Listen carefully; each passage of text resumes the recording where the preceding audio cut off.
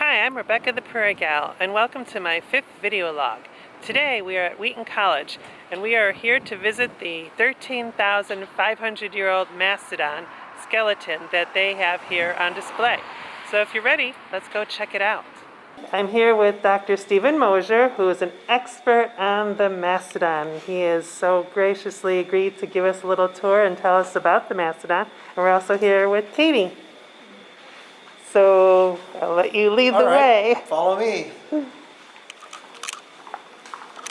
Perry Mastodon was moved into this building about 10 years ago when we opened it up. It had been in another building on campus, so this is the second place that we've had it. And Katie, you're studying about this period, and I currently work with the geology department as their lab associate and office coordinator. But when I was a student here, I did. you did, okay. Yes. So you were a student and just loved it so much you stayed. Yes, I did. Well, she worked for a while and got a master's degree in geology, but Excellent. this was her, inspiration. All right, so the mastodon was discovered in October of 1963.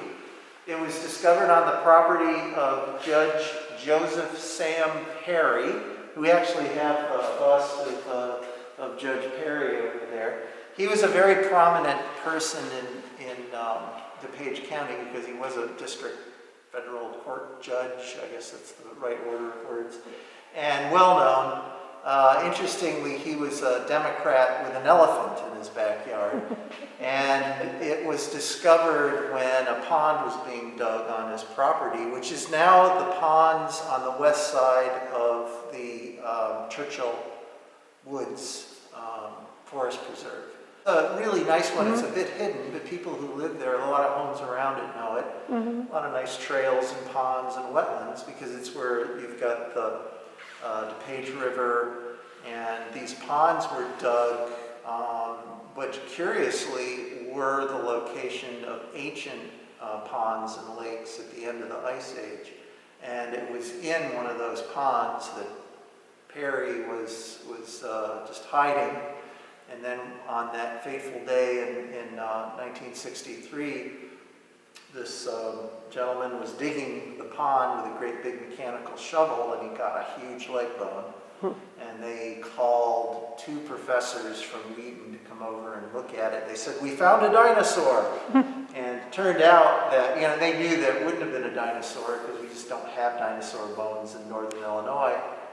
But one of the professors actually had some expertise in Pleistocene paleontology, Ice Age paleontology and geology, and they recognized it was probably one of the elephants that lived here, either a mammoth or a mastodon. And what's the difference between a mastodon and a mammoth? Well, they're slightly different bodies. The mammoths and mastodons have different teeth and some other different features. So the best way to distinguish a mastodon from a mammoth is by its teeth. So having the bone, you would have had to have been a real expert to be able to tell the difference. But once they were given permission by Judge Perry to do some more excavation, they eventually found the jaw and the skull, and they knew that it was a mastodon rather than a mammoth.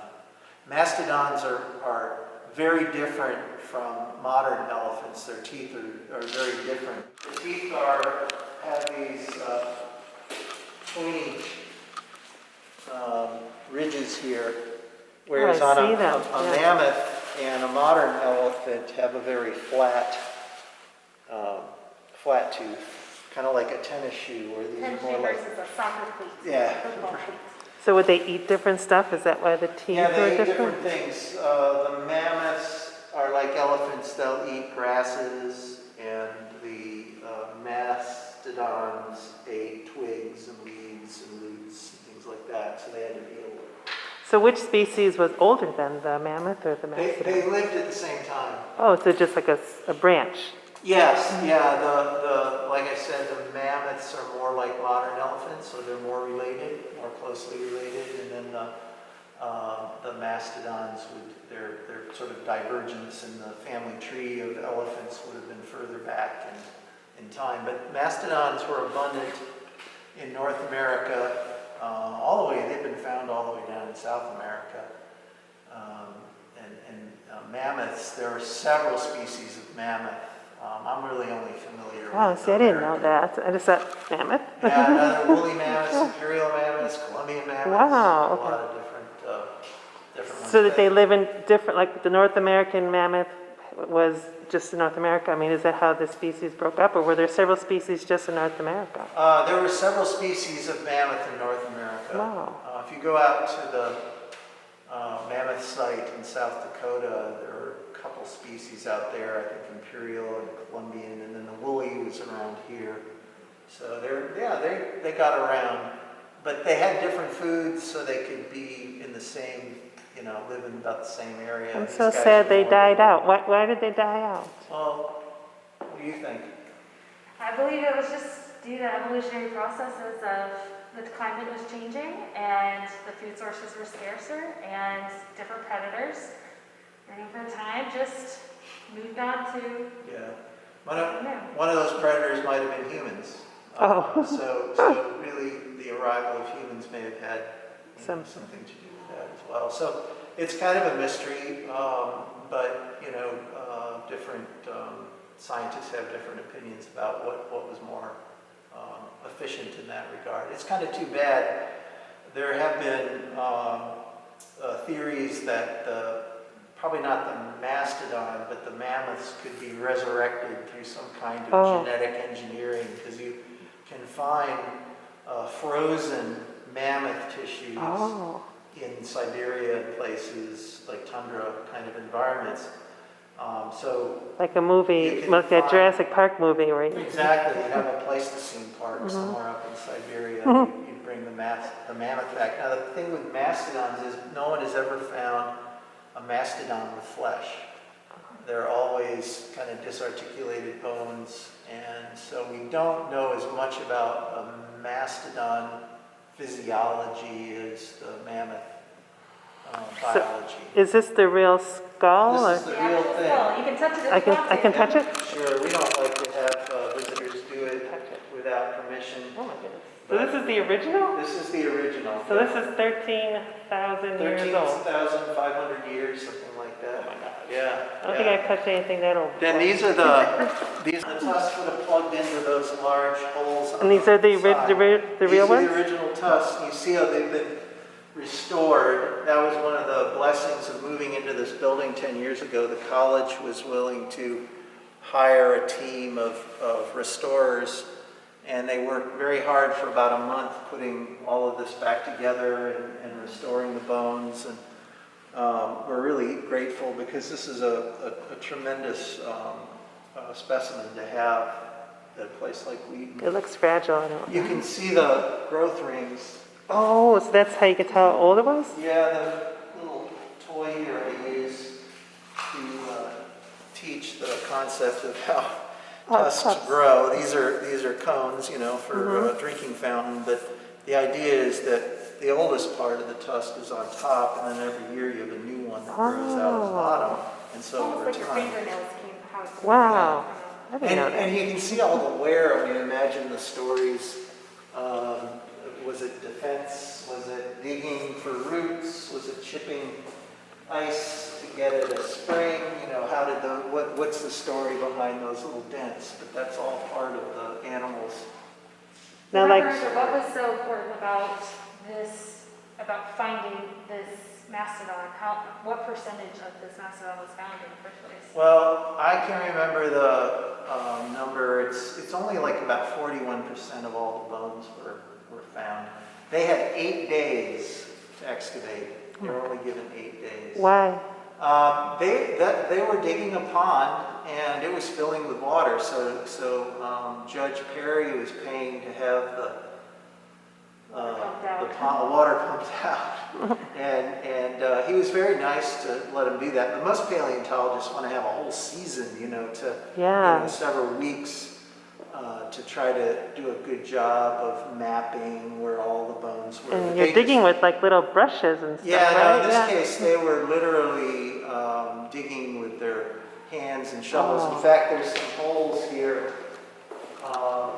They were using a probe to feel where the bones were. So there are some damaged holes it in a here little. that are That's a kind of shame. damaged holes. I've been told that almost every mastodon in any museum has a few of those holes because people are Didn't know it was there. trying to find them. So the unique thing was that they had more bones on the right side than the left side, and they had all of the leg bones, unbroken leg bones, on the left side. So they decided to just restore the left side and then make a model of the right side. That's a good idea. And at the time, the Richard Rush Studios, one of the western suburbs, was pioneering the use of fiberglass in these kinds of displays. So they were hired to put the whole display together. It was originally on a turntable in another building, and it had a sort of a glass room like we're in now, and you could push a button and it would rotate, and you got an audio presentation of the discovery and the restoration of the mastodon. And Now it's got its mask. Yeah, when I was waiting, there was a tour that went by for Yeah. new students, and I sort of got the overview of that the rocks are on the bottom floor, and there's the observatory is at the Yes. top. Rocks And and the stars. Yeah. Yep, the Geology Museum, though COVID has closed it down for now, is another thing that we in the department are extremely proud of all the rocks and minerals. We've had past alumni donate entire rock collections. Wow. And this is just a portion of everything that we've See, I didn't know any of this was here. Yeah, we'd love to have people come back when we reopen, hopefully in the spring. We don't know when we'll reopen, but we have a display on our Blackfield Science Station. We have gyms and rock structures and all kinds of things. So now for the restoration, you've got a lot of real bone, but you also have reproductions of the tusks because they were in horrible shape. And because the skull is so heavy, they decided to make it's too bad it's covered up, but they did a beautiful job of recreating it. And then some of these are artificial, like that's fiberglass because it's very thin and only small pieces survive the preservation process. And then these, many of these ribs were missing. So if they had a bone from the right side that they didn't have on the left side, they would make a kind of a mirror image of that bone. So this is these that are colored a little bit differently. Those are artificial, and they're an exact mirror replica of the bone on the other side. And then for some of the bones, I understand they went to other mastodon displays around the country, and they got some of the other missing bones. I'm confident that there are a lot of bones left in the ground, but it wouldn't really be worth going back because it's all underwater now. It's underwater? Oh, it was like... It's The actually pond was in. filled in and finished. Oh. Yeah, so So- it's right off around the neighborhood there where it was first discovered. So there are a lot of 41% is not bad. It was enough to make a really nice display, but it's not the most complete mastodon in the world. So which, like these legs, this leg here is That's all original. That's all original. Oh, Yeah. wow. Yeah. Looked to be about the same size as a regular elephant. Oh yeah, it's extremely similar. Yeah, it's just in some of those subtle things, like the teeth and the construction and geometry of the spinal cord openings are a little different. So there are other ways to know, but they're a little bulkier. The mammoths are a little more graceful. They're taller. Oh, Out at Fuller Woods, there's a mammoth? mammoth that was found at Black.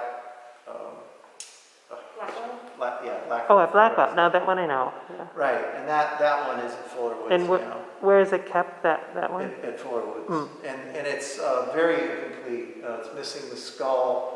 It's missing a couple legs. It may have been butchered. I mean, it's controversial, which is interesting because that's indication that there would have been humans around at the time. This one has no evidence of that. It was definitely in a pond. It fell through ice or rolled into the pond. And what was his age when he died? Well, the paleontologist who looked at it from the Illinois State Museum believes it was a mature female. Oh, so it's a her. And yes, that's interesting.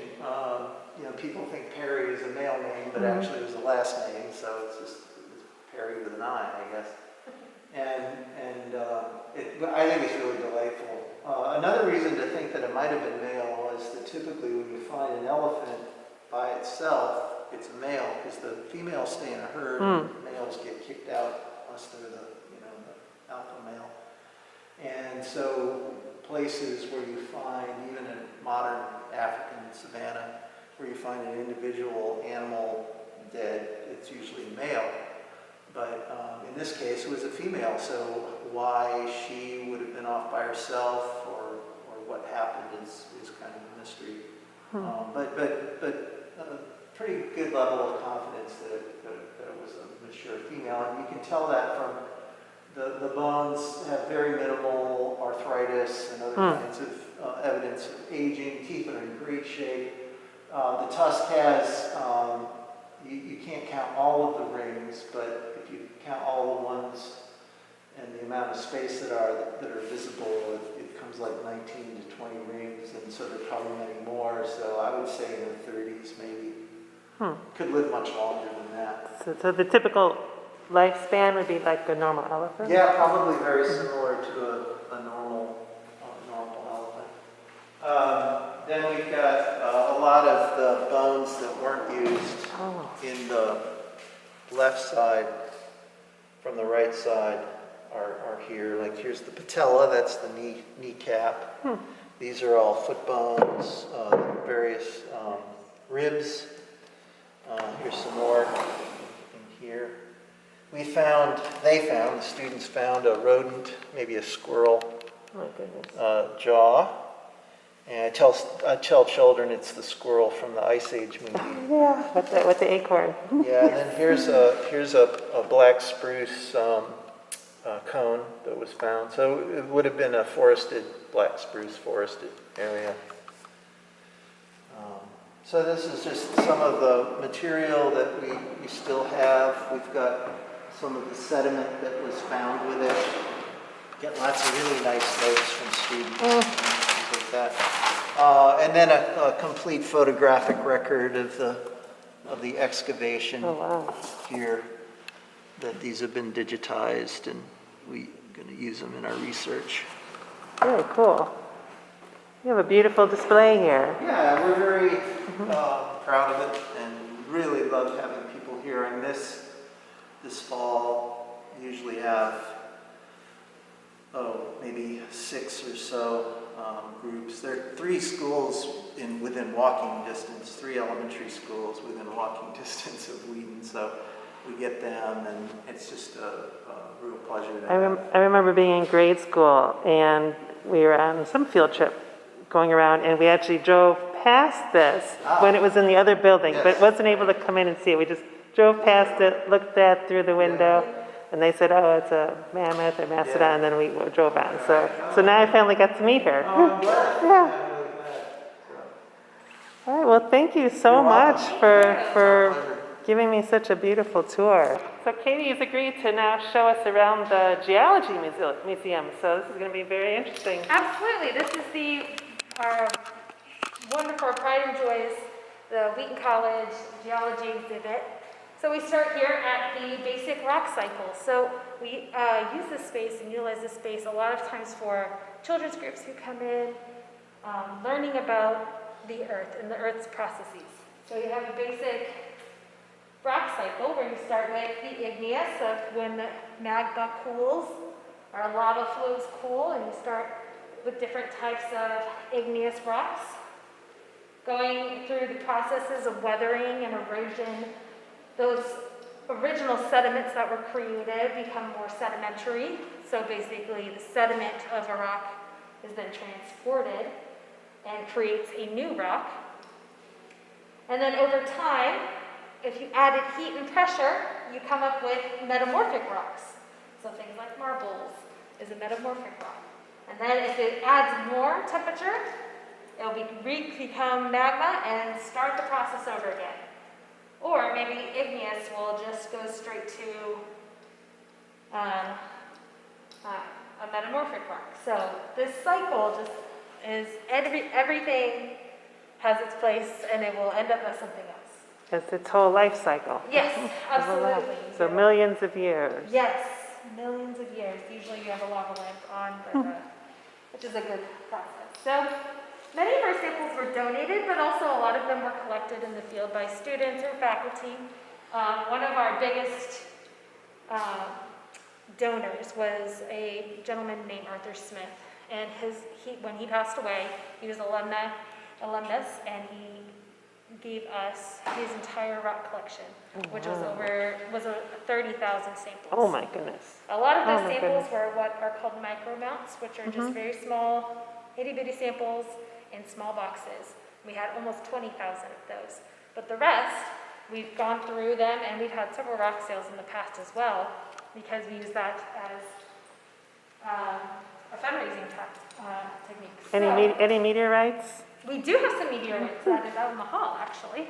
Unfortunately, those were not from Arthur Smith, but this is one of my favorite parts of Art Smith's collection, is he had a passion for carved frogs. And so when I was a student here, I actually put together, helped put together this display. And we've tried to add to it as much as we could. But almost every frog is a different type of mineral or rock. They're very beautiful. Need a little dusting, so I apologize for the quality. So going through we'll move over to this part of the section. This is our Black Hills display. Wheaton College has a science station out in the Black Hills of South Dakota. We've had that station out there. It's since I believe the 30s. There was a piece of property that was bought by Wheaton College out there, or donated, and we have created a wonderful center out there. This display for the Black Hills, we use it also as a geologic time order. So the Black Hills is a really interesting geologically because it has all the rocks that you can think of from Precambrian, which is the little elk granite gneiss, which is about 2.5 billion years old, all the way to modern sediments, which are technically 20 million years old, and the Ice Age sediments, of course. As we were mentioning up with Perry's display, there's a lot of mammoth and mastodon. There's a mammoth and mastodon museum out in South Dakota speaking about the Ice Age. It's a really great museum if you happen to be out in South Dakota. This is a look at what a cross-section of the Black Hills. The Black Hills is called kind of an island in the plains. It's just this wonderful granite and metamorphic complex that was thrust up, and then everything else kind of falls off into different stratigraphics. So we start with metamorphic in the center. We have layers of sedimentary, and then different parts of over here, say this granite plume is igneous as well. So you have all the rock types we discussed in the rock cycle seen in the Black Hills. And Mount Rushmore is what kind of rock? Mount Rushmore is a metamorphic rock. It is a pegmatite. And so it's large. Pegmatite is like a granite. And is it metamorphic? Oh gosh. I stumped you. I tricked you. Did I say that right? I think it's, I know pegmatite is, I did sedimentary rock if you can't tell. Your guess is better than mine. So I'm blanking. Please correct me if I'm wrong. But a pegmatite is known because the crystal sizes grow extremely large. And so we have an example of a pegmatite in the back, that back section there. That is a tourmaline pegmatite. So that large black is all a single crystal of tourmaline. Wow.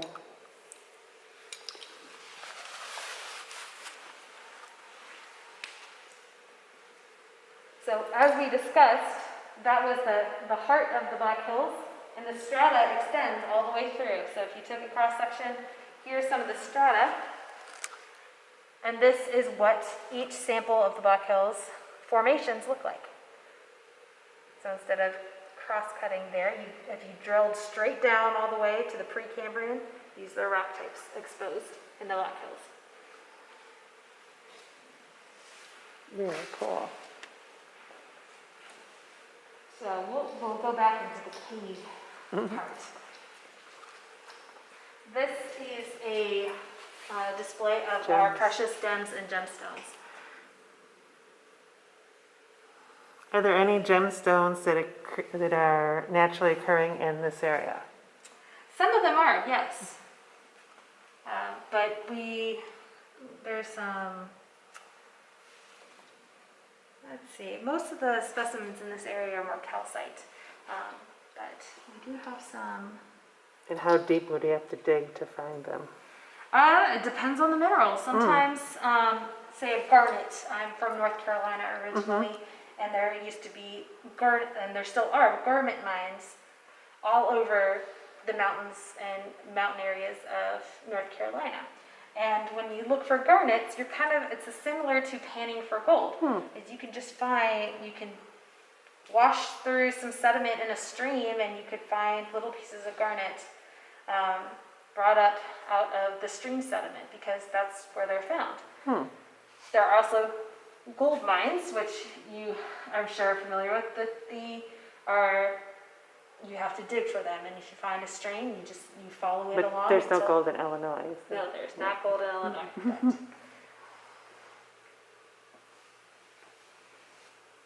Very beautiful. So this other part of our section is There we go, panning. there's the pan. Unfortunately, that is not gold. That is pyrite. The fool's Fool's gold. gold. But this section is to represent mining and ores and other types of that mining rocks and minerals. So we have sulfurs and calcite, and some of these are native to It's quite a Illinois. museum. I had no idea any of this was here. Yes, we are slowly building a website so that we can get the word out that this is actually in fact here. Well, hopefully my little video log might help. Yes, I would love that. I would definitely be interested in linking once Oh, that absolutely, website is up. absolutely. Caves are in this section. The different types of stalagmites and stalactites and how they form is discussed in this area. But Caves are not my favorite places. they aren't mine either, but they do create some really cool structures. I really enjoy this one, Dog's Tooth Calcite. This is from the Black Hills, and you can see the layers of how the crystals grew. A lot of times crystals are growing from, caves are actually quite wet, and a lot of fluids are going through them, and when they dissolve out, they create these beautiful crystal structures.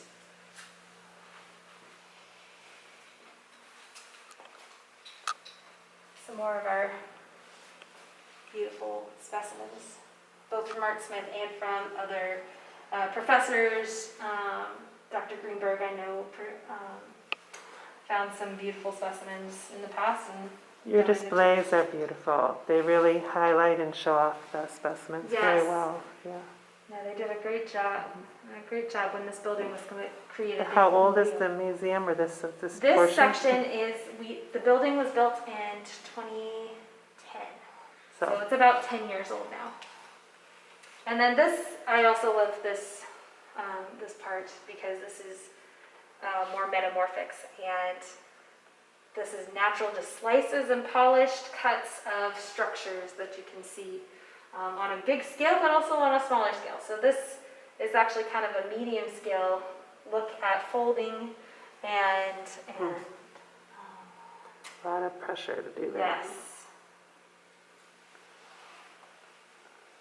And then the different thrusting as well. So the earth is dynamic. It's always moving. There's always something new happening. It's never stagnant. It might take a couple million years, but it actually is moving. Makes us feel very small. Yes. So this is a collection of geologic stamps Oh, from all over the world. I believe this was from Dr. Greenberg's collection, but this is new to me. I just started working here this past August, so. oh, well, you know the museum pretty well already, well, because you studied here. I studied here, which helped a lot, but new exhibits, like this is also a newer exhibit. It was overflow from things that were donated and moving things around in the other displays.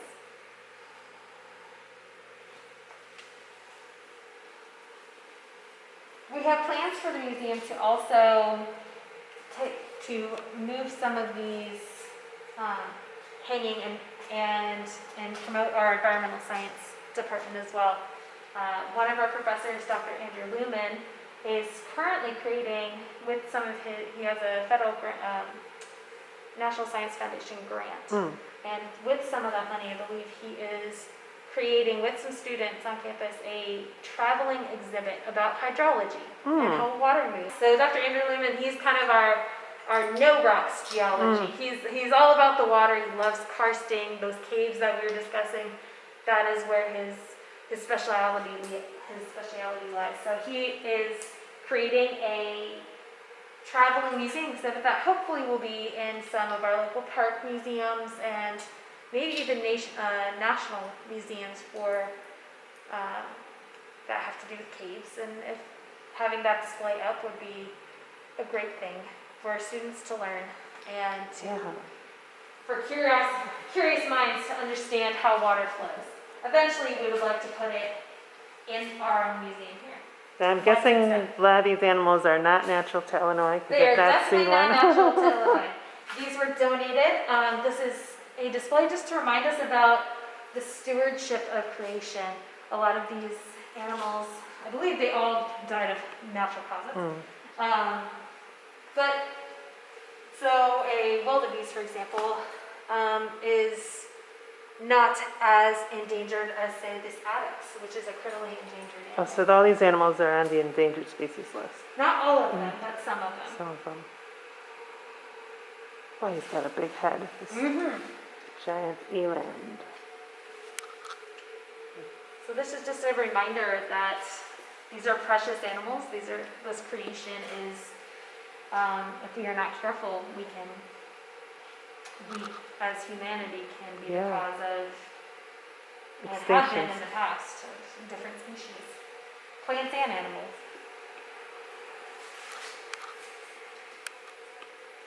In the past, we've also had students create an exhibit, and I believe this one was